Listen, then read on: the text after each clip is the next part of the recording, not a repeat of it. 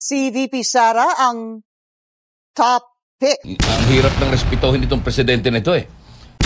Bungit nagsore sa mga Pilipino dahil sa kapalpakan ng kanyang administrasyon. Dagdag pa niya, may cancer sa Marcos admin, anak ng kamote, no? Inumin, no? Sabihin mo may cancer sa inyong gobyerno, anong klaseng tao ka? Alien? Zombie? O bangag? Hindi pwedeng sorry-sorry lang yung dapat may managot, may makulong, dapat buong pamilya mo. Panagutan ang lahat na panarantado sa gobyernong ito. Pinky wave na utal at hindi makapaniwala sa bagong survey, sa presidential survey. Hindi niya akalain si Vice President Inday Sara ay nangunguna pa rin, hindi tanggap ng reporter. Anak kayo ng kamote kayo eh. Hindi talaga nila matanggap-tanggap dahil 3 taon nila binabanatan yung mga Duterte hanggang ngayon eh. Pero number 1 pa rin sa mga survey. Anak ng kagwang, wala na.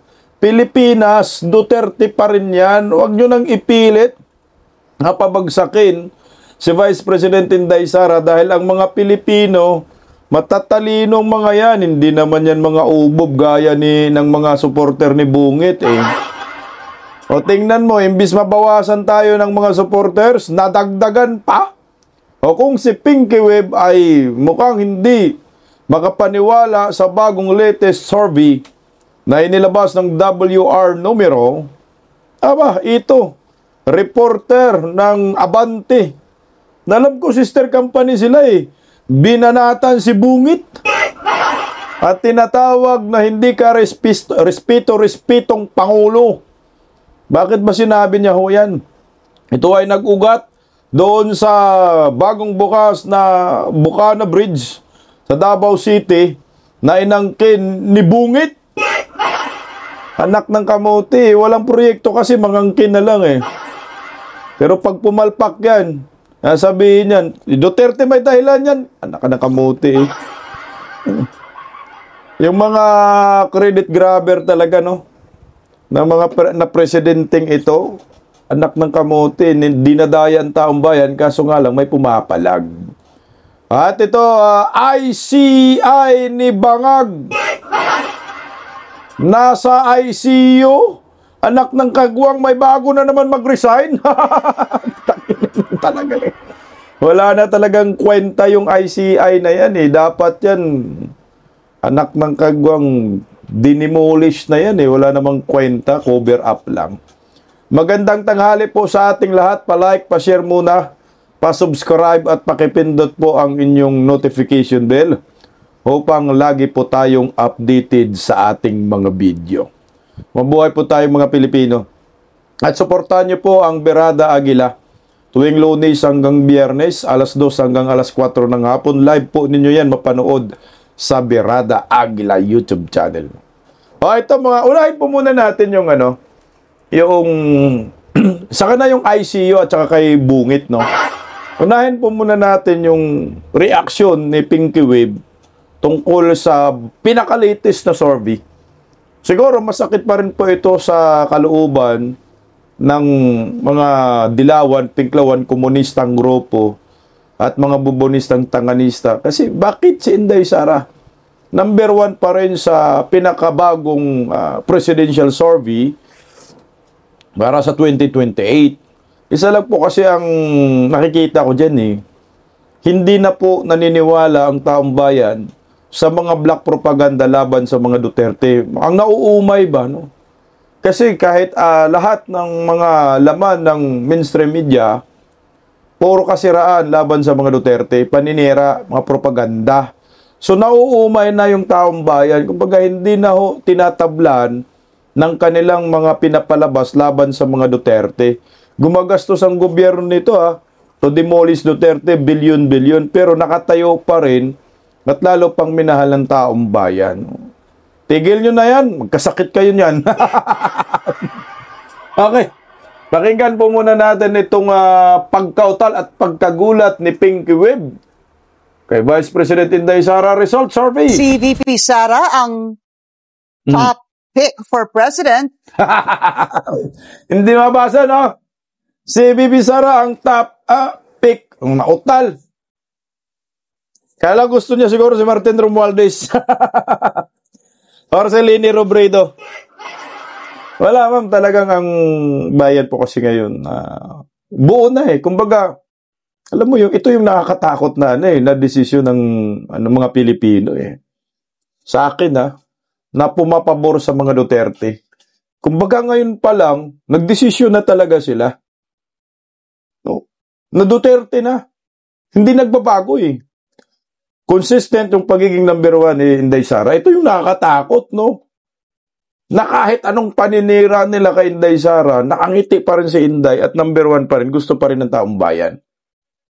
Kaya hindi po nila yan kayang tibagin. Kasi siguro itong mga reporter, takang-taka kasi alam naman nila ang galawan ng Marcos admin, Dilawan, Pinklawan, sanib pwersa against Duterte, pero hindi natitinag ang mga Duterte. Yan ang maliwanag dyan. Sige nga, tuloy natin. Sa 2028, ayon sa latest survey ng WR Numero. Sa tanong kung ngayong araw ang presidential elections, 33.3% ang nagsabing si Duterte ang iboboto nila. Sumunod sa listahan, Senador Raffy Tulfo na may 13.4%, former VP at ngayon Naga City Mayor Leni Robredo na may 13%, Senador Bongo na may 4% at Senador Robin Padilla na may 3.3%. Si VP Sara rin ang nanguna sa survey by area, income, class at age group. Isinagawa ang survey mula November 21 hanggang 28. Ayan po yung katotohanan dyan, Pinky Web. Tanggapin nyo na lang. Yung Maynila nga, Luzon ang alam natin ay maraming Dilawan, Pinklawan yung area survey. Pero didiis pala ang Metro Manila. Yan ang nakikita ko dyan. Siguro, tahimik lang yung mga Duterte supporters. Hindi lang talaga sumasama sa mga rally, no? Pero ang kanilang desisyon, pag ngayon ang eleksyon, Duterte ang ibotoho nila. Mantakin mo, yung malamang sa malamang ang magiging manok ng Marcos admin yan, si Raffy Tulfo. Si Martin Romualdez kasi hindi na talaga yung kukunin, bagsak ng buhayang iyan Yung una siya sana, kaso nasubrahan yung pagiging alam mo yung ambisyosong palaka, ambisyosong tambalos, nasobrahan Kaya ang resulta, bagsak lalo. Isipin mo, hindi ko po nakita na yung survey result, presidential survey patungkol kay Martin Romualdez ay umaakyat man lang ng 1%. Wala talaga, point lang, 0.06, 0.03, 0.08. Ano yun, kalahating tao lang. Yan ang So ngayon, ito ang pinakamagandang batayan natin. Sa mga panahong ito, na sa kabila ng mga black propaganda laban sa mga Duterte, hindi tayo natitinag, no? Kaya maraming salamat sa mga Pilipino na patuloy ang pagtitiwala sa mga Duterte. Tingnan mo hindi dyan nakontento si Pinky Web. Ang ginawa niya, in-interview niya yung president ba ng WR Numero. Kasi nga naman, kung kayo, alam nyo yung direksyon ninyo, panay mga banat sa mga Duterte kasiraan, bakit hindi pa rin tumatalab? Bakit number 1 pa rin Duterte? Ang layo nga 33% Yung kay Inday Sara, si Tulfo, 13% lang din si Tulfo. 33 si Inday Sara. Anak ng kamuti, ang layo. Ang layo ng agwat. So dito pa lang, ako sa akin nabahiran po yung mga survey nung nakarang eleksyon. Pero hindi nyo rin po may tatanggi na ang mga survey, ito po ay binabatayan ng maraming Pilipino. Yan ang nakikita ko. At pag tiningnan natin yung graph ni Vice President Inday Sara, pataas ng pataas, hindi po pabagsak. Consistent simula nung nagpa-survey si Tambaluslos na akala niya, papasok siya sa survey. Ang resulta si Inday Sara. Ito, pakinggan natin yung interview ni Pinky Wave tungkol sa naturang survey farm. Narito po. Makakausap po natin ngayon political scientist Cleve Arguelles, sa presidente and CEO ng WR Numero Research tungkol sa kanilang latest survey. Cleve, magandang gabi sa'yo. Kinky, magandang gabi. Unang-una, tatanungin ko po, ulitin ko po yung tanong doon po sa inyong survey. Kung ngayon ang araw ng eleksyon ng 2028, sino sa mga susunod ang iboboto mo? So, nagbigay ho kayo ng mga options kung sino po ang kanilang iboboto. Tama po ba? Yes, tama, Pinky. Meron tayong long list ng mga pangalan na maaari nilang pagpilian. Pero kung wala yung pangalan na gusto nila doon sa listahan, maaari din silang mag-volunteer actually ng wala sa listahan. Ilan po yung nasa listahan? And was it alphabetical? Randomized, no, yung ating options, no, nung yung mga pangalan. Ibig sabihin noon sa bawat respondent, para ma-avoid yung bias, no, nagpapalit-palit yung order. So, kada bagong respondent, iba yung order na makikita nila na listahan. So, it's not gonna be the same format? Yes. Aha. And ilan po yung kanilang pinagpilian? Namili po sila sa a total of 17 names. 17. Did I hear that correct, sir? Yes. Okay. Sepin mo 17. Hindi alphabetical ha. At tandaan natin, I think hindi to commissioned na survey. Independent survey sila, nag-survey sila dito. Kasi siyempre ako sa akin maganda rin po itong nilabas nila na survey para matingnan natin, tayong mga Duterte diehard supporters, sumusuporta sa mga Duterte, kung tatamaan ba si Inday sa kabila po ng mga ginagawa ng gobyernong bangag, mga vlogger nila, mga media, sa paninira sa mga Duterte. Pero dito nakikita natin, hindi tumatalaw, no? Consistent si Inday. Okay. So, we have VP Sara at 33.3%.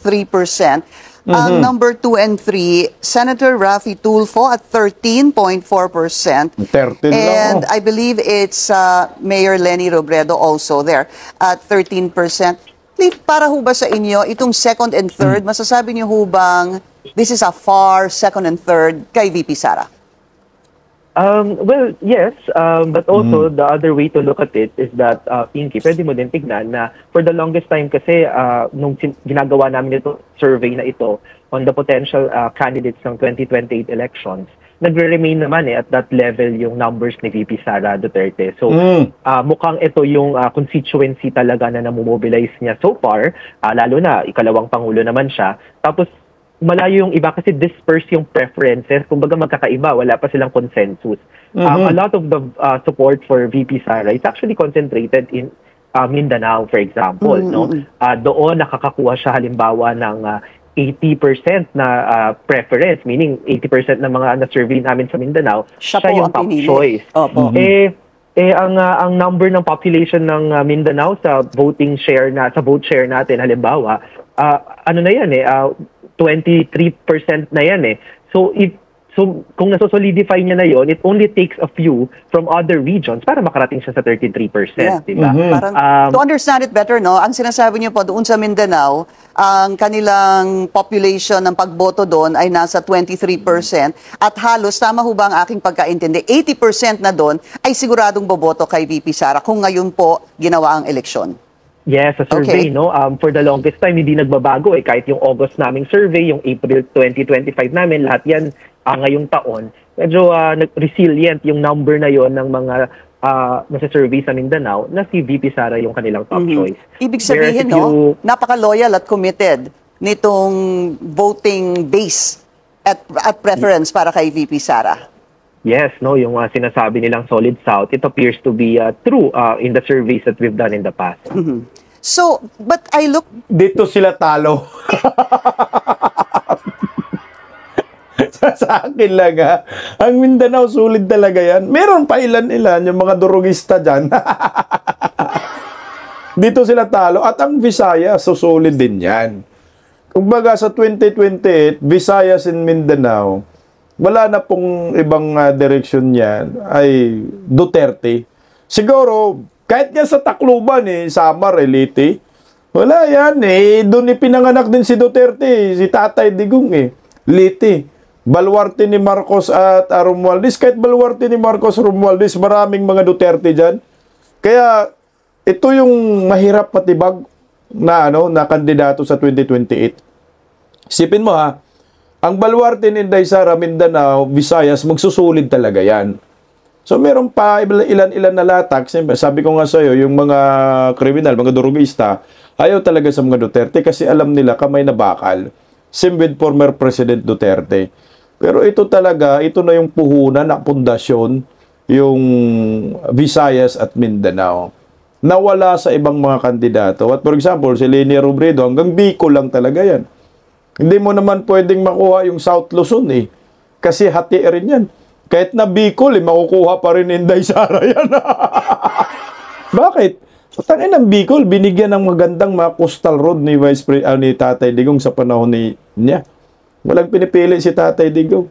Pati Norte nga, Luzon eh. Duterte pa rin, mayroon solid Duterte. Tingnan mo si Amy Marcos na yan. Duterte ang animal. Metro Manila. Sabi ng Metro Manila, kuha pa rin ni Inday Sara. Kaya nga sabi ko sa inyo, Pilipinas Duterte pa rin. Kaya kung meron kayong kandidato na ilabang kay Inday Sara, mga ngamote, baka ma-stress lang. Wala eh.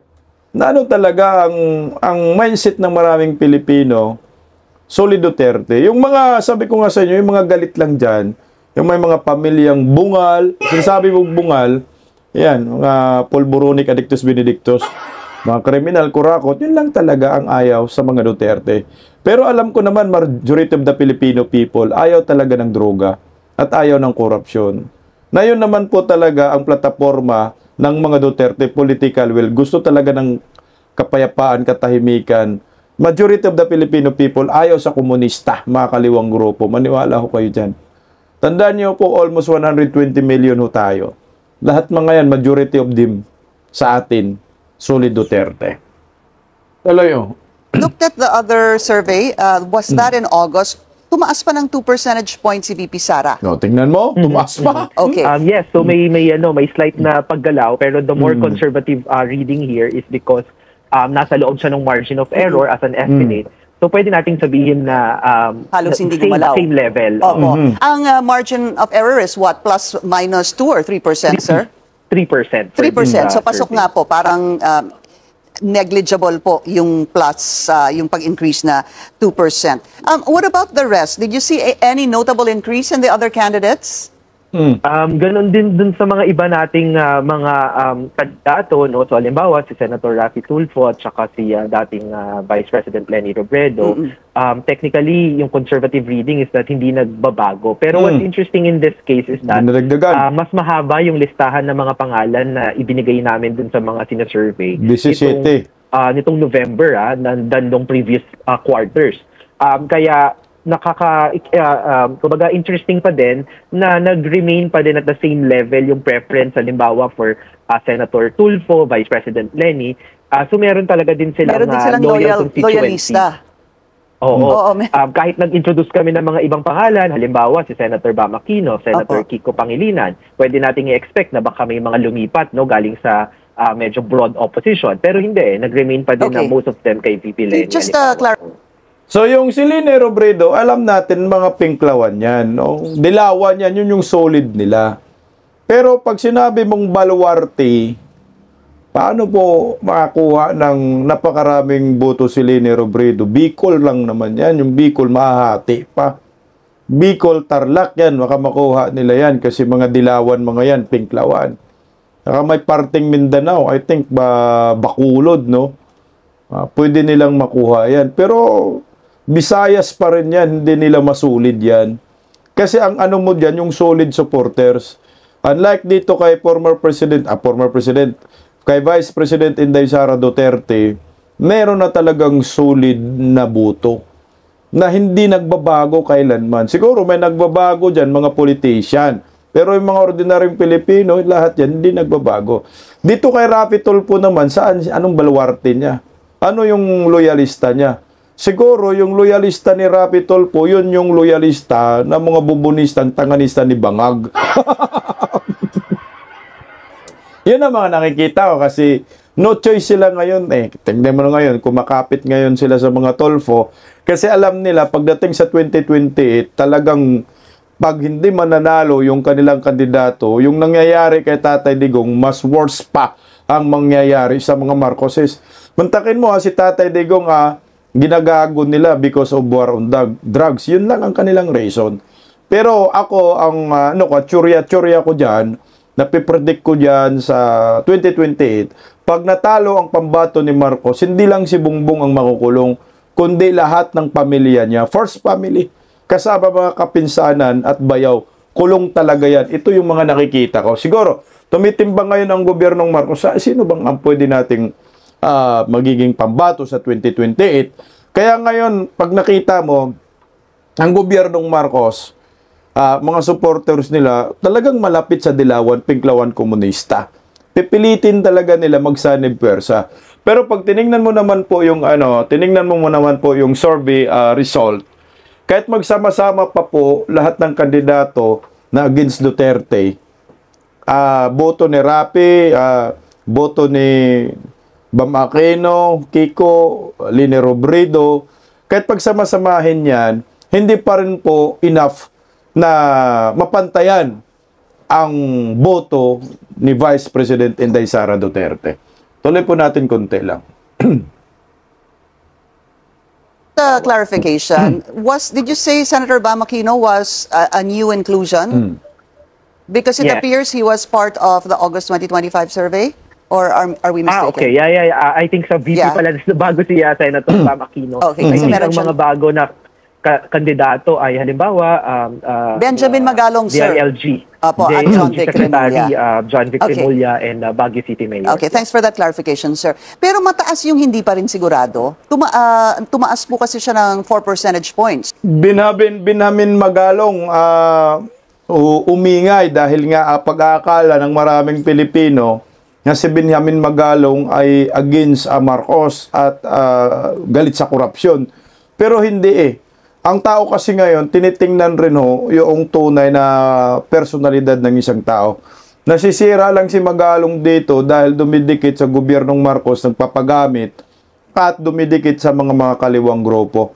Ako, dismayado ako dyan. Nung una, bilib na bilib ako eh. Di ba, kinokontent ko dito.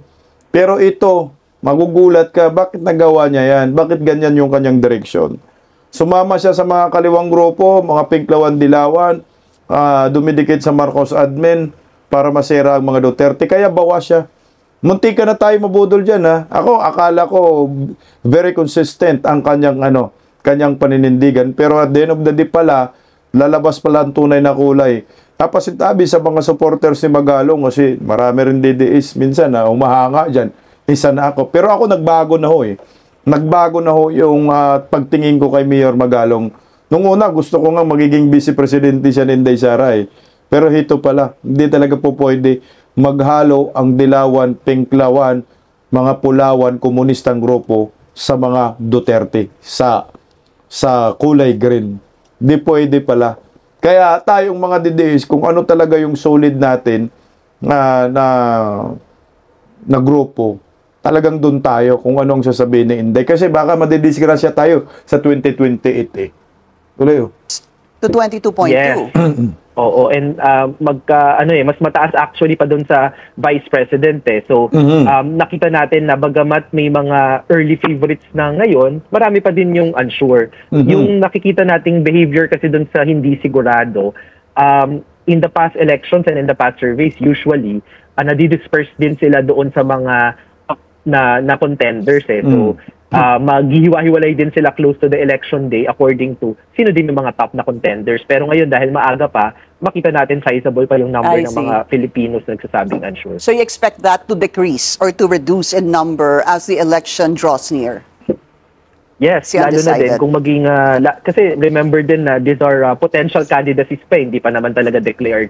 So yun din, nakaka-add din na kung hindi pa deklarado yung mga candidacies, no, may source of uncertainty din para dun sa mga pumipili na nasa survey. Something came to mind, Cleve? Okay, pag-usapan natin yung unsure. Alam niyo po kasi tayo mga Pilipino, may kasabihan kung saan yung majority doon tayo eh. Yung unsure, ito yung wala pang decision or ito yung hindi aktibo sa politika, ito yung mga neutral, no? Hindi dilawan, hindi pinklawan, hindi Duterte, o hindi komunista. Sila po yung mga botanteng neutral na hindi nakikialam sa issue ng lipunan. Na most of them, ang resulta po dito, pagdating ng eleksyon, kung sino yung kung saan yung majority at sino yung lamang, doon po sila boboto kasi ito ay mga neutral eh. Ganon tayo mga Pilipino eh. Saan? Sino lamang ito? O sino nangunguna ito? O tara, doon na lang tayo kasi sure win na yan. Ganon ang magiging mentality ng mga botante. Alam natin yan. Ako, botante tayo, bumoboto tayo. Pero at the end of the day, yung wala pang desisyon, talagang mahatak yan ng majority ng mga Pilipinong gustong iboto yung isang tao. No? Yung inyong sinurvey, kasi sabi mo in Mindanao, the voting population, the voting percentage rather is, sorry, I forgot, was it 22 or 23%, sir? 23. 23%. Okay, yan po sa Mindanao. What is Luzon and what is Visayas? Metro Manila is almost at the 24, 25%. So parang it's pagka pinagsama yung Metro Manila and Luzon, that's the voting population, and the remaining would be Visayas. So Luzon is how big? Around 26%, a little bit higher than Luzon outside of Metro Manila, sorry. Okay. All right. So next question, sir. Yung isa pang survey ninyo, let's talk. Luzon outside Metro Manila, 26% yung voting population sa kabuuan. Makukuha pa rin yan ng mga Duterte sa akin eh. Sabihin na lang natin na hindi na makukuha ng majority, 50%. Wala pa rin, sure pa rin tayo dyan. Kaya ingat lang, huwag lang magkumpiyansa. About that, yung tanong po ay, sino sa mga susunod ang may pinakamalaking pananagutan sa flood control projects ng pamahalaan? At ang nanguna po dito ay si Pangulong Bongbong Marcos at 31%. Pero tayo ho sila, tama ho ba, sa DBM at DPWH dahil 31% din po yung pinagsamang dalawang ahensya? Tangin ng Right. sorbeo. And actually, sasama ko pa na yung pangatlong option din, medyo tie din kasi pasok pa din sa Plus minus margin of 3%. error natin, yung namang mga contractors. And ang interesting dito ay walang consensus dun sa ating mga kababayan. Oh, ito na yung pinakamagandang survey. Wag, hindi ko na ipapatuloy si sir. Diyan naman yung nero. Ako na lang magsasalita dyan. Utay na napakagandang survey. Ito yung kinakatakutan ng mga supporters ni Bongbong Marcos. Oh. Sa iyong palagay, sino ang sumusunod? Ang may pinakamalaking pananagutan at responsibilidad. Ako'y natutuwa kasi ang survey na ito legit sa akin na. At ang mga Pilipino ay hindi tulog. Ang mga Pilipino bukas. So hindi naniniwala ang mga Pilipino sa drama ni Bongbong Marcos. Siya po talaga ang may pananagutan. 31% mga ahensya ng gobyerno DPWH. Yan ang pinaka talaga dyan. Dapat managot. Like command responsibility. Alam kasi ng tao eh, na si Bongbong Marcos ang pumirma ng taunang budget. Walang iba. Ngayon, tingnan mo ha, ito Martin Romualdez, kasama rin yan, no? Mga kontraktor. Tapos pilit nila nililihis, gusto nila mga Duterte. So kung yung mga diversionary tactics nila, na gusto nilang hatakin si Pulong, mga Duterte, hindi umubra. Para sa akin na. Yung plano, yung script nila ay hindi pinaniwalaan ng taong bayan. Yung paghuhugas kamay ni Bongbong Marcos ngayon na walang kinalaman sa korupsyon, mga drama-drama niya, hindi bumibinta. So isa lang ang ibig sabihin yan. Gusto ng maraming Pilipino na si Bongbong Marcos ay managot, mapanagot. Pero paano mo siya mapanagot pag siya ang presidente, may immunity man? So hindi siya mapanagot ngayon. Kailan po siya po pwedeng ililitisin at mapanagot pagkatapos ng kanyang termino? Ito yung pinaka-problema ho ni Bongbong dito. Kasama yan si Martin, kasama yung asawa niya, anak, si Sandro Marcos. Kaya, pagdating ng 2028, malamang sa malamang, magsilayasan ng mga animal. Kasi dito pa lang sa survey pa lang gusto nang papanagutin ng maraming Pilipino si Bongbong Marcos. Kita mo naman yung kaliwat ka ng rally. Ito yung isa sa mga malaking suliranin, no? Parang problema kung paano solusyonan ang mga ganitong klaseng survey. Kasi hindi man niya magsisinungaling. Ito ay hindi po ito commission survey. Ito ay salamin ho talaga ng totoong busis ng maraming Pilipino para sa akin. Kasi yung lumalabas sa survey, Bongbong Marcos panagutin. Yun din naman nakikita natin sa rally Yung mga yung mga rally ng mga Dilawan, Pinklawan, nakakampi ni Bongbong Marcos, hindi ho sila nagtatagumpay para sa akin. Na malihis ang tunay na may sala. Gusto nila si Inday Sara mapanagot, pero hindi pinaniwalaan ng taong bayan kung ito ang ating batayan. Di ba ho? Nasabi, Inday Sara resign, panagutin si Inday. Pero bakit sa survey wala si Inday Sara? Ang tanging nandyan, Bongbong Marcos, mga kongresista Saldico, Martin Romualdez. So, itong mga palabas ng ICI, ito na, punta muna tayo sa ICI saglit. Itong mga palabas ng ICI, cover up, ibig sabihin, hindi ho ito pinapaniniwalaan ng taong bayan. Yung kredibilidad ng Independent Commission ni Bongbong, zero. Negative. Yan yung isa sa mga nakita ko. Kasi kung epektibo po yung ICI at napaniwala po ang taong bayan, hindi ganyan ang magiging survey. Hindi ganyan yung magiging resulta.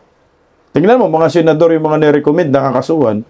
Pero sa survey, ang gustong managot, Saldico, Bongbong Marcos, Martin Romualdez, DPWH. Walang nakalagay doon na senador. Walang nagsabi na Pilipino, uy, tika, managot din ang mga senador. Ang gusto nilang managot, mga kongresista, na wala naman sa mga rekomendasyon ng ICI. So, nagkaroon na nga ngayon ng question ng bawat Pilipino sa kredibilidad ng ICI ni Bongbong. Pero una pa naman lang, wala nang tiwalang taong bayan dyan. Di ba, binabatikos na yan, kinikriticize na yan. Ay, ano ba yan? Oh, bakit walang nakulong? Cover up. Kaya nga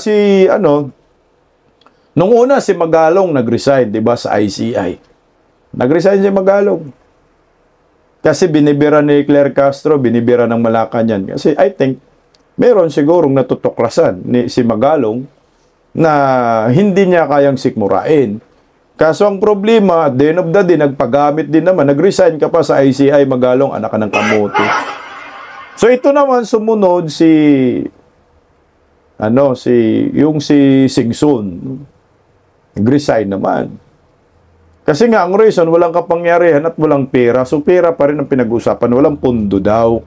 So kinurakot din pala yung pundo ng ICI. Pero magulat ka ngayon, may bago. Makakatapos lang. Nasa ang ICI, sa ICU na. May magre-resign na naman. O ito, sino?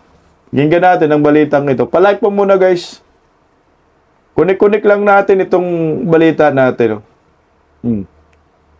ICI in ICU, namumurong kumalas na rin umano sa dating PNP Chief Rodolfo Azurin Jr. matapos ang pagbibitiw ni Babe Singson. Ayon sa source ng Politico, balak nang mag-resign ni Azurin bilang special advisor dahil sa umano'y growing differences with ICI Chairperson Andres Reyes Jr. Hindi na raw approve kay Azurin ang direksyon ng investigasyon sa flood control scandal.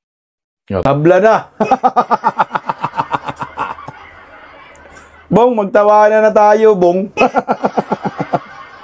Putang ina, ICI, nasa ICU. Alam mo, gusto kong nasa ICU si Bungit. Ma-overdose sa pulburon. Di ba, Bungit? Ang galit na naman ang mga bubunista. Paanong ang inuwi na yan, no? Nagkalit-silitsi na kayo dyan, no? Tablahan na kayo, no? Bakit ganon? Siguro hindi nagkakaintindihan. Sabi ko, hindi daw nagkakaintindihan na sila ni Andres Reyes, yung chairman ng ICI, yung may wig na buhok yun no, sa kaliwa ho ninyo. Si Azurin. Si Azurin, Azurin yan. Azurin yan ni Bubuim, di ba?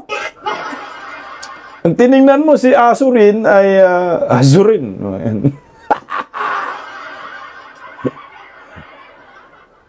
Isunod na sunod lang din kay Bungit yan eh. Pero bakit hindi sila nagkakaintindihan? Baka sa pera, no? Hatian sa kwarta, pundo. Ayun din ang dahilan na pinag-resignan ni Singson. Itong posisyon ni Azurin, ito yung posisyon ni Magalong. No? So, pumalit si Azurin. Hinire pa yan, galing sa ibang bansa, umuwi yan, nahimik doon. Kinalampag ni Bungit para kuno mag-ICI, pero ang resulta ngayon, kakalas din pala. So wala na, no? Yung kredibilidad ng ICI, talagang questionable. Wala na to, durog na to. Wasak na. Ngayon kung magpalit sila ng ibang ano dyan, mga advisor, questionable na talaga. So itong komisyon ni Bongbong, talagang malaki ang butas, may gulo dyan namumuo. Siguro hindi nagkakaintindihan sa script, kasi hindi po napaniwala ng ICI ang sabihin ng Pilipino sa kanilang mga ginagawa, mga rekomendasyon. Halata kasi. Kung isasama siguro ninyo si Martin Romualdez dyan, or yung Martin Aranita, yung dalawa, Sandro, baka ho na ano, yung ma-recommend ba na makasuhan, baka mapaniwala pa ang taong bayan. Gaya nito sa Sorby, may lumalabas. Sinong gusto nilang mapanagod? Si Bongbong Marcos, Saldico, Martin Romualdez. Baka mapaniwala. Pero masyadong halata. Natama nga ho yung word na ginagamit ng bilyonaryo, nasa ICU ng ICI. Tingnan mo, merong interview, inilabas, na talagang si Azurin daw ay lalayas na din sa ICI. So may namumuong tension dyan. Patay ka, Bungit, durog ka. O ito, pakinggan natin si Magalong. Oh. Ngayon po ba, meron po ba kayong naririnig na information na sana wala namang gustong sumunod doon sa pagbibitiw ni Commissioner Singson bilang bahagi ng ICI, pero baka po may naririnig din kayo? Well, may naririnig din ako dahil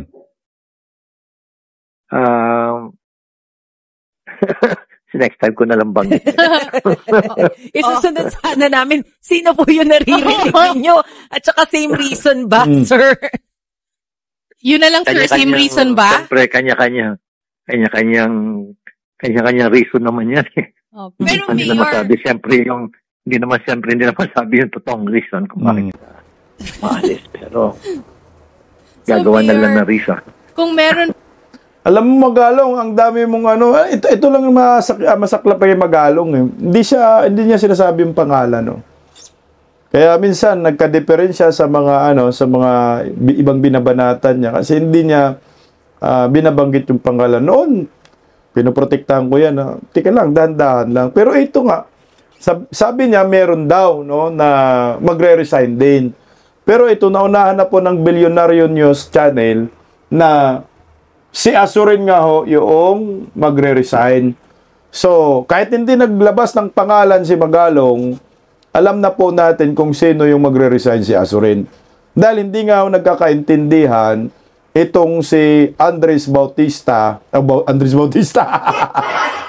Reyes at saka si Azurin. Yun ang nakikita ho natin. Yun ang sabi ng Bilyonaryo.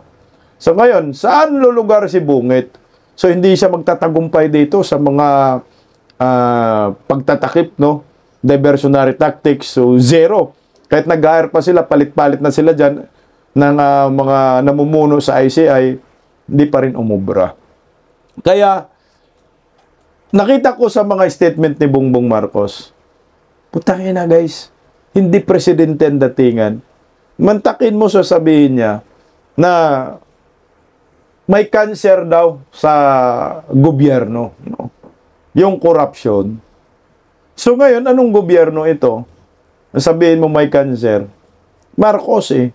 So yung gobyerno mo ay cancer. Cancer sa korupsyon. Yan yung totoong mensahe. Kahit anong twist ng mainstream media, pero ang tunay na cancer po dito ay ang gobyernong Marcos. Pakinggan po natin ang balitang ito. Narito. Inihalin tulad ni Pangulong Bongbong Marcos sa kanser ang korupsyon sa bansa. Git ng Pangulo, may mga masasagasaang tao para masigurong matutuldukan ang katiwalian sa gobyerno. Nasa frontline na balitang yan, si Maricel Halili.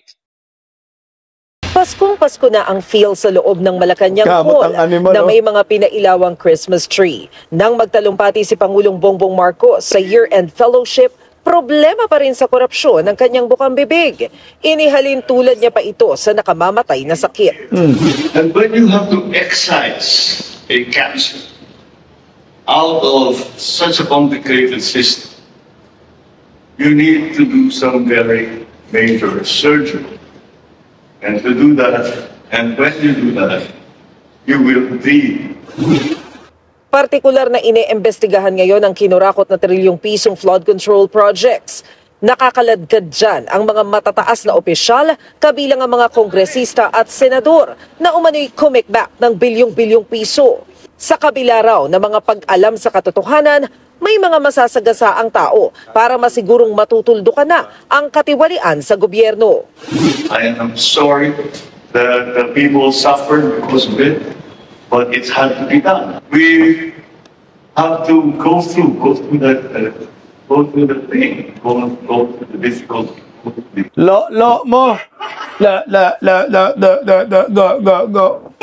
Utal. Okay humingi siya ng tawad dyan, no? Dahil sa may mga namatay, no? Nahirapan ng taong bayan at sabi niya, cancer daw, no? Yung corruption sa bansa. Alam niyo po ba, Bong, yung tinutukoy mo na cancer, ikaw yun. Ang gobyerno mo. Napabayaan. Alam mo yung mga dapat managot sa mga namatay dahil sa corruption flood control, ikaw yun. Huwag kang maghugas kamay. Ang hilinis mo eh. Kaya nga yung lumabas yung survey, mahalaga yung survey na lumabas. Na ang dapat managot talaga si Bongbong. Hindi na yan bumibinta yung mga drama-drama na yan, yung mga script na yan, paghuhugas kamay. Lumang tugtugi na yan, hindi na yan kinakagat ng taong bayan. Marami ng matatalinong mga Pilipino, kahit gumastos ka ng bilyones sa mga political vlogger ninyo, mga hinayupa kayo, milyonaryo na kayo, animal kayo, sa pagtatakip kay Bongbong Marcos. Hindi na uubra yan. Sayang lang pera ng bayan. Ikaw talaga yung kanser sa lipunan. Pamilyang Marcos, Romualdez, Aranita, kanser sa lipunan. Mula noon hanggang ngayon, Marcos pa rin magnanakaw kayong mga animal kayo. Di ba? Simula sa tatay mo ikaw, ngayon sa anak, tapos sa asawa, sa bayaw, sa pinsan, kininam. Gusto nyo na talagang limasin sa angkaban ng bayan. Sino yung may cancer? Sino yung nagpapakalat ng cancer sa lipunan? Kayo. Kayong presidente. Kaya yung mga ganyang mga drama-drama, putang ina, hindi na ho yan uubra. Anguish that the country is going through now. But we're Filipinos. We may be bleeding now. But we will also heal very, very quickly. Palakpak pa ang mga tanga. Anak kayo ng kagwang, pumalakpak kayo, yung nagsasalita, yun dapat yung paparusahan. Yun po dapat yung managot. Ang linaw sa survey. Ako sa akin, duda ho ako kung tatalab pa yung drama-drama niya dyan. Weak leader ho ito. Napaka-weak leader. Napakahinang nilalang.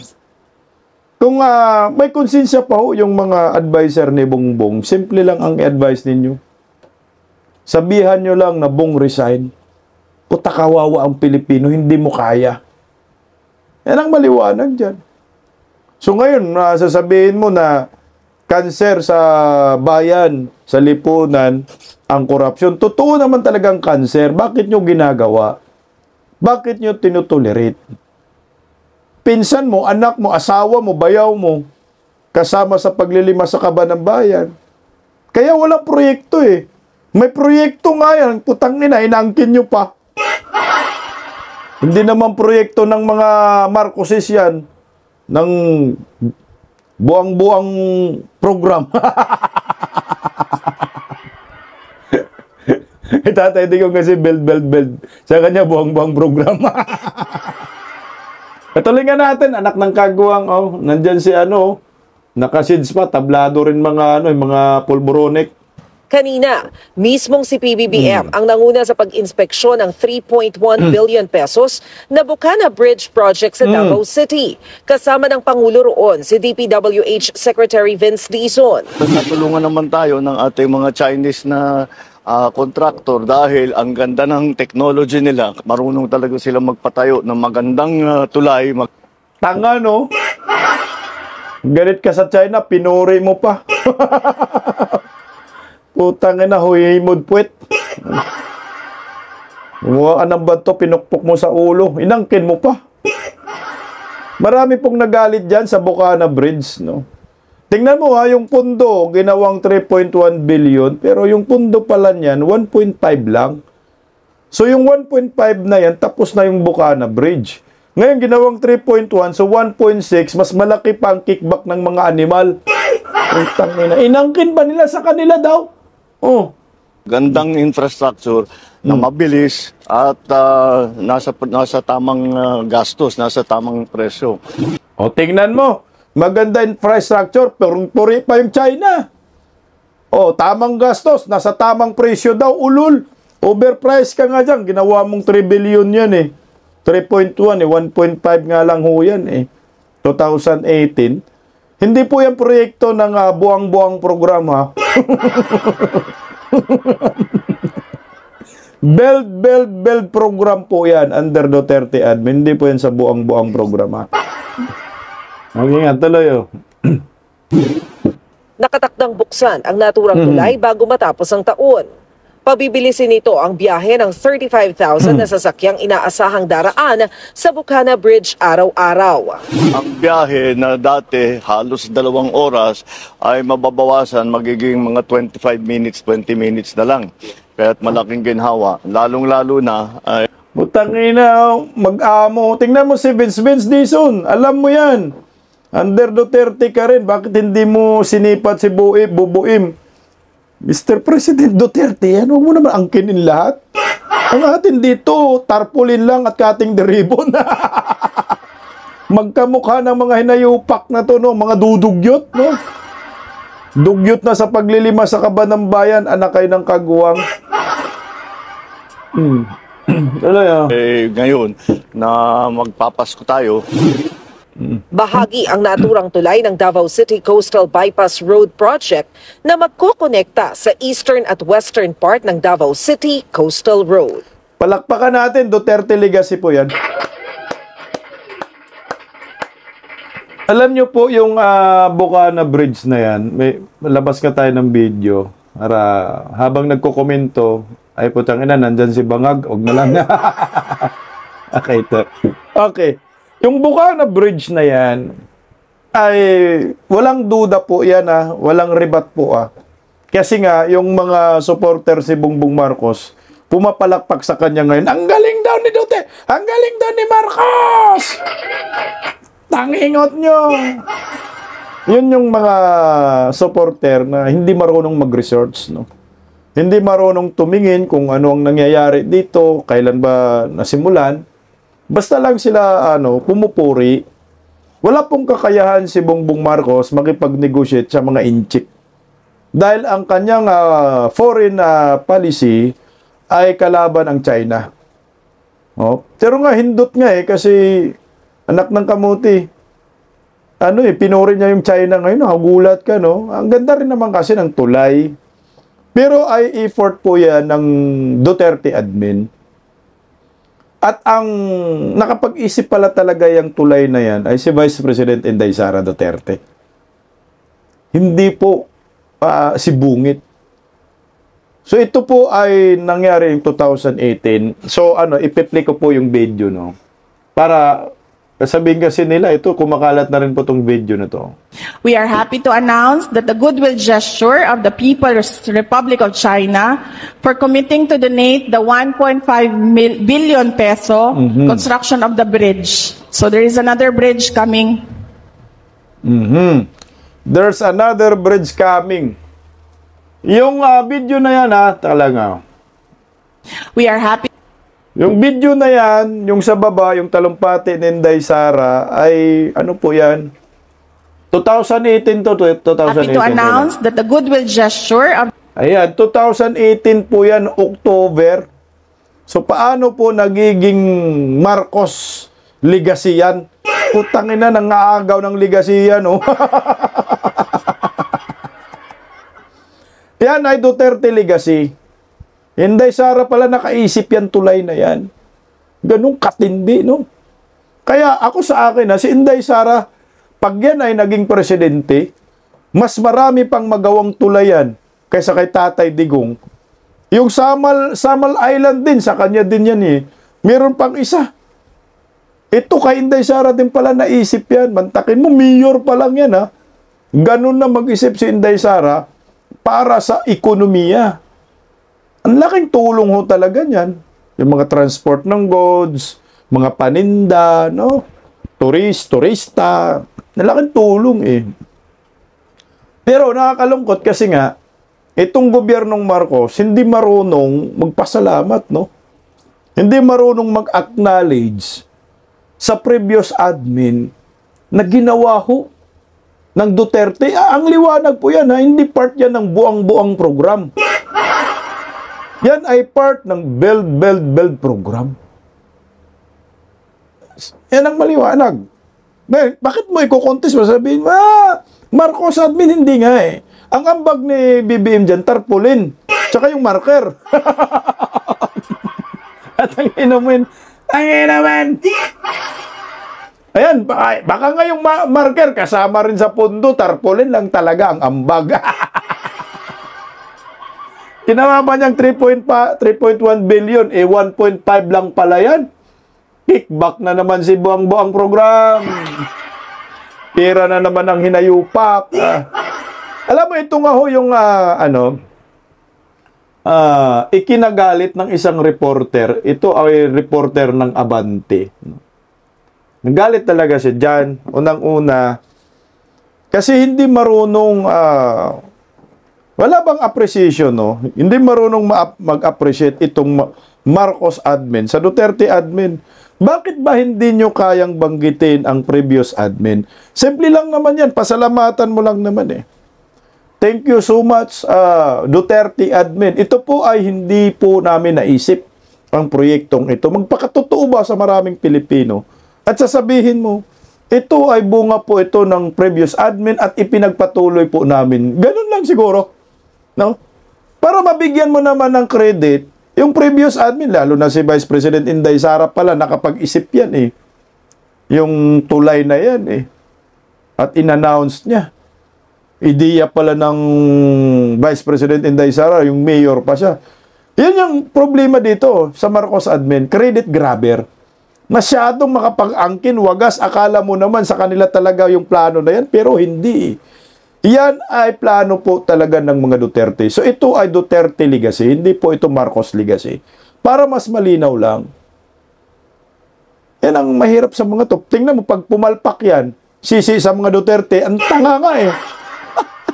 Tingnan mo, kaya dyan nagagalit yung reporter. Binanatan niya si Bubuim eh. Iyak dito si Bungit oh. Magandang proyekto yan at kung ito'y talagang nagumpisa ay sa ilalim ng kanyang panunungkulan ay di mabuti. Correct. Sapagkat ito'y isa sa masasabing accomplishment sa ilalim ng pamumuno nitong si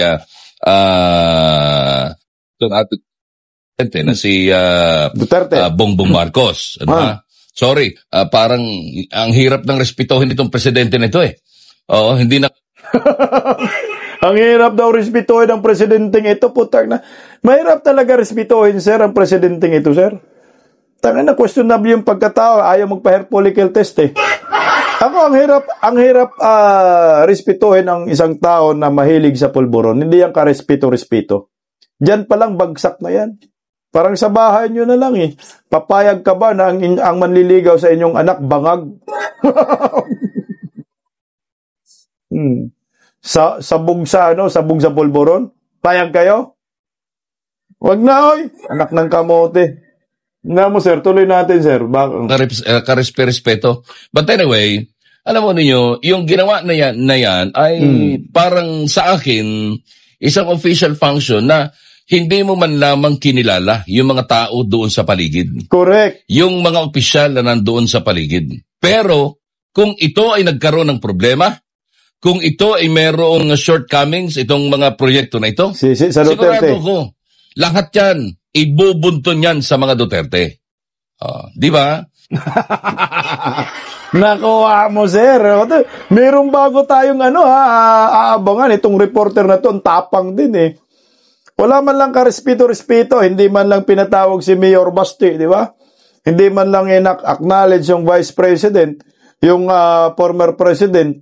Pinipersonal niya yung nakatulong sa kanya. Pinipersonal niya yung dahilan kung bakit nagkaroon ng tulay na yan. Ang resulta, anak ng kagwang kabangagan nga eh. Wala sa tamang pag-iisip yan na maliwanag dyan. Walang proyekto si Bongbong. Hindi yan kaya ni Bongbong gumawa ng ganyan, tulay, anak ng kamote. Hair follicle test nga, hindi kaya eh. Tulay pa kaya? Sigurado ako dyan sa bagay na yan. Ibubunton yan sa mga Duterte. Hindi ko sinasabi yan dahil isa kang Duterte, DDS or whatever, kundi sinasabi natin ito, kundi bilang opisyal na trabaho dapat ng ating presidente. Correct. Yung i-acknowledge mo man lamang yung mga opisyal doon sa lugar na pinuntahan mo. Yung mga tao, yung mga opisyal na bumoto o yung mga opisyal na ibinoto ng mga tao sa lugar na pinuntahan mo, hindi mo man lamang nabanggit. Ay nakakahiya. Anong klaseng presidente ito? Bangag. Anong klaseng presidente? Bangag. Yan yung ugali ng presidenteng trapo. Yan yung ugaling presidente na lango sa pulburon. Putang ina, mag-resign ka na, Bong. Hindi ganyan. Yung Pangulo. Ikaw yung ama ng lipunan. Alam mo naman sa sarili mo, hindi ko to proyekto.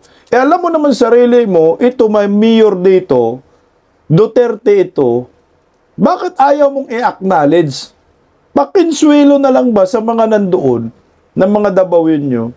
Maraming salamat sa mayor ninyo. Former President Duterte na pinakulong ko sa dahil, ganunin mo na lang. Kahit sasabihin mo pinakulong, at least nagpasalamat ka. Huwag mong ipagmumuka sa maraming Pilipino na ito ay proyekto mo at hindi proyekto ng Duterte admin. Hindi mo kaya gumawa yan. Marcos admin, hindi niya kayang gawin yan, yung proyekto na yan. Sabi ko nga, hair follicle drug test, hindi niya kayang magawa eh.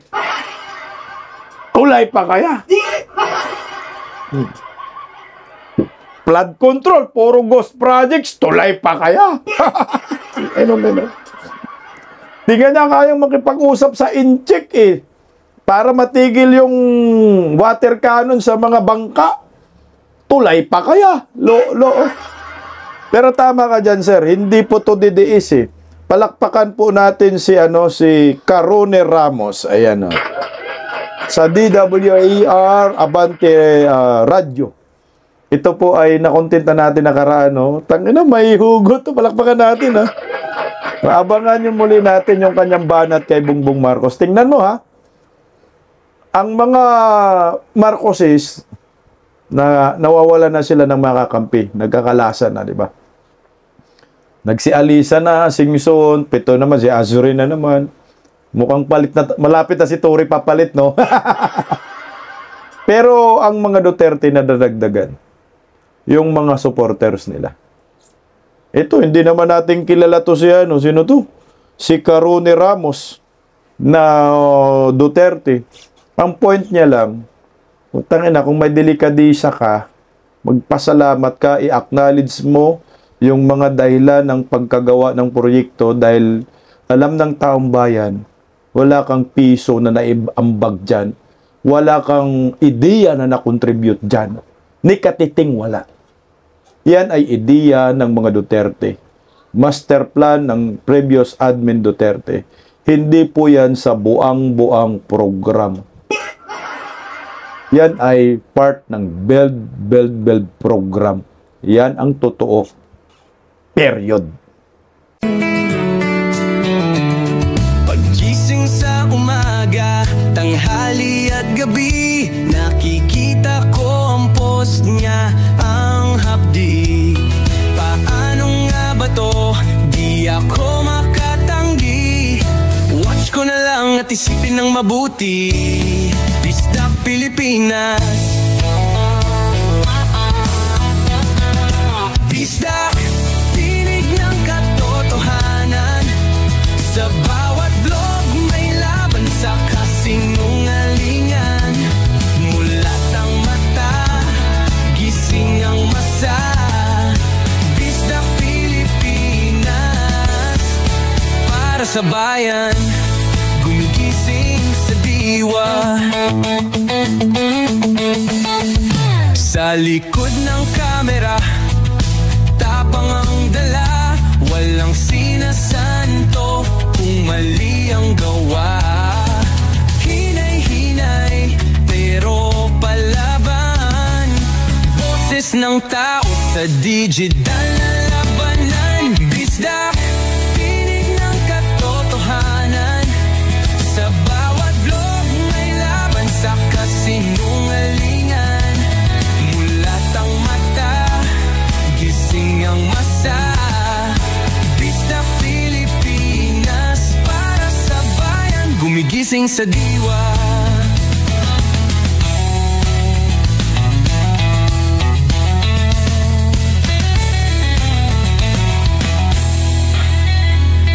Hindi artista, hindi politiko, pero ang katotohanan, sigaw niya ay buo.